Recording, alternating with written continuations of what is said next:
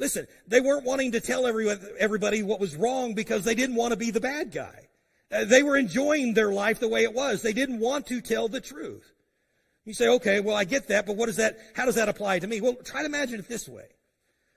Say that you weren't feeling well, or maybe you felt a lump or something that wasn't there a year ago, or you feel something in your body just isn't right, and you go to the doctor and they begin to run these tests. They take blood samples and they do scans and MRI and all these different things, and they come to a diagnosis and they realize, hey, listen, you're in stage 4 cancer.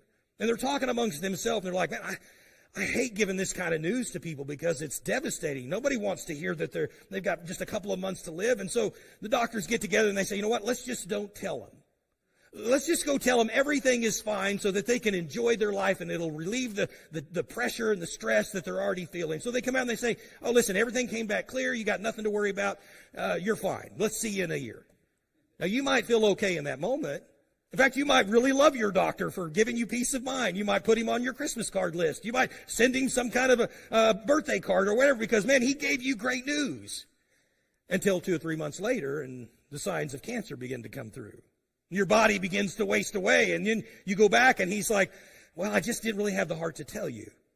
You wouldn't appreciate your doctor very much at that point because what you needed was the truth. You needed to know what was going on within your physical body. And the same thing is true when it comes to the spiritual state of affairs of God's people.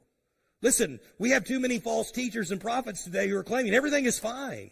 Our nation's fine. The church is fine. Listen, just keep doing what you're doing. God certainly isn't going to pour out his judgment and wrath on a people that he loves and that he created. Surely that's not what God's going to do. No, that's just like crying peace, peace when there is no peace. Our world needs to understand, listen, the truth that we are sinful people and that God one day will pass judgment on sinful people. Listen, the only way that people can get right with God is if they know the truth. So a peacemaker must be willing to be truthful, to be able to expound God's word, which also means, because people don't like truth, a peacemaker also has to be willing to be hurt sometimes.